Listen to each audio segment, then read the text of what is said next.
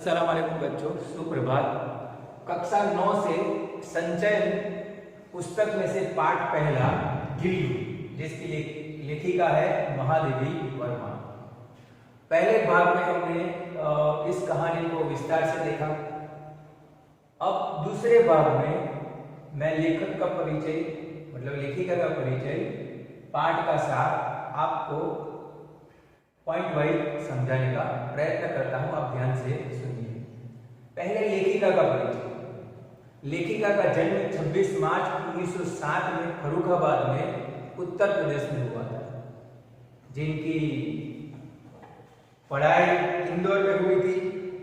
इलाहाबाद विश्वविद्यालय से संस्कृत में एमए करने के बाद उन्होंने प्रयाग महाविद्यालय में प्रयाग महिला विद्यापीठ में प्रधानाचार्य के रूप में कार्य किया। प्रधानाचार्य मतलब प्रिंसिपल। छायावाद के आधार स्तंभों में इनका महत्वपूर्ण स्थान है। इन्होंने प्रेम और करुणा से भरपूर काव्य गीत, संस्मरणात्मक रेखाचित्र लिखे हैं जो बहुत प्रशंसनीय है। ये गिल्लू भी एक संस्मरणात्मक रेखाचित्र है कि उनके पाठ से ही हमारे सामने एक दृश्य खड़ा हो जाता है। गिल्लू एक गिलहरी का छोटा बच्चा, और जो उन दोनों में जो प्रेम था, जो क्रियाएं होती थी, उनके पाठ के द्वारा आप हमारी नजर के समक्ष आता है कि हाँ ऐसा हुआ होगा, ऐसा करता होगा गिल्लू, महादेवी वर्मा उन्हें ऐसा रखती होगी। तो इसे कहते हैं संस्मरणात्मक रेखाचित्र कि जो घटना घट चुकी है उसे याद करके इतने सहज सरल शब्दों में लिखना कि वो जब पढ़ते समय वो जो घटना घटित हुई है वो हमारी आंखों के सामने आ जाए। इनकी प्रमुख रचनाएं है काव्य संग्रह है निहार, रश्मि, निर्जा, यामा, दीपशिखा, निबंध शुक्ला की कड़िया, स्मरण स्मृतियों की रेखाएं, अतीत के चलचित्र, कहानियां और गिल्लू। इन्हें कई पुरस्कार प्राप्त हुए। वर्ष 1956 में भारत सरकार द्वारा पद्म भूषण तथा वर्ष 1988 में पद्म विभूषण पुरस्कार से सम्मानित किया गया। इनकी रचना यामा के लिए इन्हें वर्ष 1936 में ज्ञानपीठ पुरस्कार प्राप्त हुआ, जो साहित्य के क्षेत्र में बहुत सर्वश्रेष्ठ है। 11 सितंबर 1987 को उत्तर प्रदेश के इलाहाबाद में उनका देहांत हुआ, स्वर्गवास हुआ।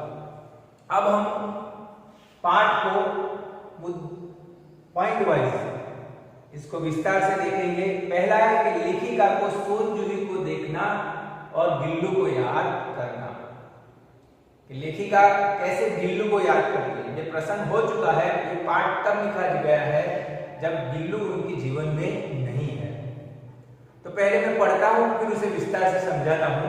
तो आप पाठ का सारांश में पढ़ रहा हूं, पूरा पाठ नहीं पढ़ रहा कि सोन जूही को देखकर लेखिका की स्मृति ताजा हो जाती है और उसे सोन जूही की पीली कली के रूप में गिल्लू याद हुआ आता है। गिल्लू एक नन्हा गिलहरी का बच्चा था जो कौवे की चोट से घायल हो गया था, और लेखिका ने उसे नन्हे जीव गिलहरी को मरहम पट्टी करके उसे दूध और पानी पिलाकर स्वस्थ किया था। इस तरह स्वस्थ होकर गिल्लू लेखिका के पास उसके साथ ही रहता था। लेखिका के अनुसार सोन जूही की घनी हरी लताओं में वह छिपकर बैठता था तथा अपनी आकर्षक गतिविधियों से लेखिका के मन को आनंदित एवं चकित करता रहता था। पाठ का प्रारंभ इस तरह होता है कि लेखिका अपने बगीचे में सोन जूही की जो लताएं देखती है, उन पर पहला पुष्प आया, कली आई है पीली।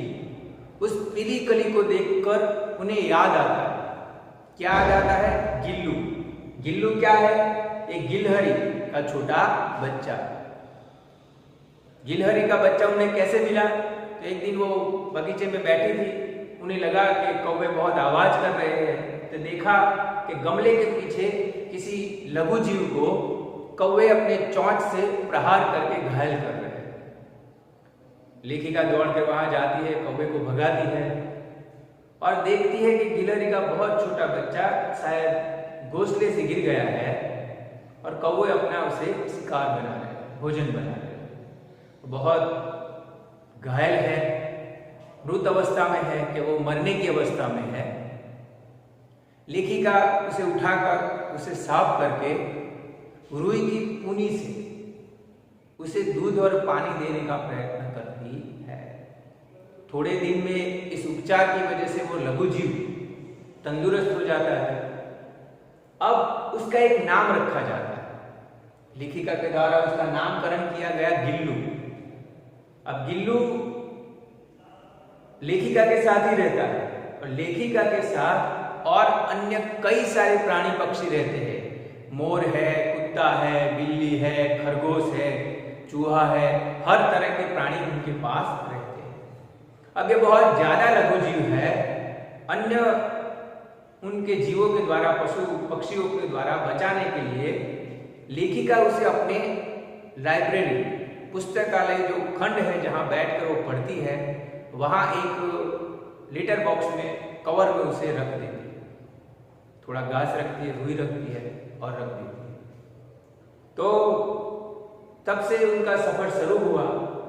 अब कोई की गिलहरी है, जैसे हमारा मनुष्य है, हम जन्म लेते हैं तो हमारी भी मृत्यु निश्चित है। उसी तरह किसी भी पशु पक्षी की मृत्यु निश्चित है। गिलहरी का जीवन का जो काल होता है ज्यादा से ज्यादा 2 साल होता है। 2 साल के बाद गिल्लू की मृत्यु हो जाती है। तो इसी सोनजूही की जो लताओं में गिल्लू खो जाता है, दौड़ता था, उतरता था। तो उसी याद में लेखिका ने उसे कहां दफन किया था? इसी सोनजूही की नीचे मूल के पास। तो जब दूसरे वर्ष सोनजूही पे पीली कली आती है तो लेखिका को इस पीली कली क्या याद आता है? गिल्लू याद आता है कि गिल्लू इस पीली सोनजूही की कली के रूप में वापस आया है। दूसरा, लेखिका की गिल्लू से आत्मीयता मतलब एक लघु जीव है और मनुष्य है। पर याद रखना कि सृष्टि में जितने भी चीजें हैं, पेड़ पौधे, पशु पक्षी, यहाँ तक जंगली जो जंगल में रहने वाले जानवर हैं, पर वो प्रेम की भाषा समझते हैं। पेड़ भी प्रेम की भाषा समझते हैं। कुदरत में ईश्वर के द्वारा जितनी भी व्यवस्था की गई है, जितने भी जीव है, वो सारे प्रेम की भाषा समझते हैं। ये इस पाठ के द्वारा हमें समझ में आता है कि गिल्लू एक लघु जीव जो इंसान की भाषा नहीं समझ सकता, लेखिका उसकी भाषा नहीं समझ सकते, पर फिर भी दोनों के वर्तन थे एक दूसरे के प्रति। ऐसा लगता था कि गिल्लू लेखिका को अच्छी तरह से समझता है और लेखिका की हर बात गिल्लू समझ लेता है। अब लेखिका की गिल्लू से आत्मीयता। लेखिका ने फूल रखने की एक हल्की डलिया में रुई बिछाकर उसे तार से खिड़की पर लटका दिया। 2 वर्ष तक वही गिल्लू का घर था। गिल्लू उस झूले को स्वयं ही हिलाता था। लेखिका जब कभी लिखने बैठती, गिल्लू उसका ध्यान आकर्षित करने के लिए बहुत प्रयास करता। वह लेखिका के पैर तक आकर सर से पर्दे पर चढ़ जाता। वह ऐसा तब तक करता जब तक लेखिका उसे पकड़ने के लिए न उठ जाती। लेखिका उसे लिफाफे में आधा बंद कर देती और गिल्लू टिकुर टिकुर चारों ओर देखता रहता। गिल्लू के जीवन का प्रथम वसंत आया। वसंत की खुशबू घर में फैलने लगी। गिल्लू खिड़की से बाहर की गिलहरियों को झांकता। जब लेखिका ने यह देखा तो उसने जाली का एक कोना खोल दिया। ऐसा लगा जैसे गिल्लू ने बाहर जाकर मुक्ति की सांस ली। अब जब लेखिका के घर से बाहर होती तो गिल्लू भी बाहर चला जाता था और जैसे ही 4 बजे लेखिका घर वापस आती, गिल्लू भी आकर अपने झूले में झूलने लगता। इस तरह लेखिका का लगाव उसके प्रति बढ़ता गया। लेखिका ने इसे स्वस्थ किया, उसे नाम दिया। अब उसके घर में बहुत सारे दूसरे पशु थे, बिल्ली थी, कुत्ते थे। उनसे संरक्षण हेतु अपने ही पुस्तकालय खंड में उन्होंने खिड़की के पास एक माले जैसा बना दिया, उसमें घास फूस रखकर उसमें वो रहता था। 2 साल तक वो जब तक जिया वही उसका घर रहा। अब गिल्लू के जीवन में पहला वसंत आया। मैंने कहा ना कि उसके जीवन की मर्यादा किसी भी गिलहरी की 2 साल है। तो पहला वसंत आया मतलब वो जवान हुआ, तो वो खिड़की से देखता कि बाहर के पेड़ों में उसके जैसे कई सारी गिलहरियां, उनके दोस्त घूम फिर रहे हैं। वसंत की जो सौंधी महक है वो उससे आकर्षित होता था। अब लेखिका भी किसी भी पक्षी को या पशु को बांध कर कैद रखना नहीं चाहती थी या नहीं मानती थी। उसने अपने घर जितने भी पशु पक्षी रखे थे वो कहीं ना कहीं ऐसी अवस्था में थे कि उन्हें उनकी जान बचाने हेतु अपने घर रखना पड़ा था। कोई घायल था, कोई कत्ल खाने जा रहा था, कोई रास्ते पर और ऐसी अवस्था में था कि उसका अगर उसे ना घर में लाया गया होता तो वही दम तोड़ देता। ऐसी सारी अवस्था में लाए गए पशुओं को बाद में स्वतंत्र रूप से कहीं भी घूमने की आजादी थी। वो खरगोश हो, वो बिल्ली हो, वो मोर हो या एक कुत्ता हो। उसी तरह गिल्लू का जो पहला वसंत आया, लेखिका ने खिड़की का जो कोने की जाली थी वो थोड़ी खोल दी ताकि उसमें से सिर्फ गुल्लू आ जा सके। तो गिल्लू बाहर जाता था और जैसे ही लेखिका घर से बाहर, गिल्लू रूम से बाहर। लेखिका 4 बजे जैसे ही आते थे गिल्लू को पता चल जाता था और गिल्लू तुरंत रूम में चला आता था। लेखिका अगर पुस्तकालय में, लाइब्रेरी में कुछ काम कर रही है, कुछ लिख रही है, कुछ पढ़ रही है, तो गिल्लू लेखिका का ध्यान अपनी ओर आकर्षित करने के लिए क्या करता था? वो पर्दे पर चढ़ जाता था, उतरता था, फिर पर्दे पर चढ़ जाता था, लेखिका पर से चल के चला जाता था। ये ऐसा तब तक करता था जब तक लेखिका पढ़ना बंद करके उसको पकड़ने ना लगे। यही दोनों का प्रेम था। ये तब तक चला जब तक उसका अंत नजदीक ना आया।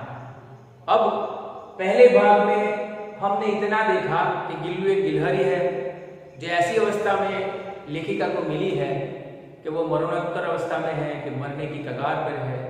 उसका उपचार करती है लेखिका। उसके साथ इतना प्रेम बढ़ जाता है गिल्लू का कि लेखिका की थाली में आज तक उसके पाले हुए एक भी पशु पक्षी खाने की हिम्मत नहीं करते थे, पर गिल्लू आराम से कोने में बैठकर अपना खाना, चावल हो या कुछ भी हो, बैठकर खाता रहता था। तो गिल्लू लेखिका के सबसे समीप था। वो लेखिका की सारी बातें समझता था और उसे आजाद कर दिया गया, फिर भी वो लेखिका से इतना प्रेम में था कि वो वापस आ जाता था। अब आगे के भाग में हम आगे के ये 2 पॉइंट देखेंगे विस्तार से। तब तक के लिए धन्यवाद।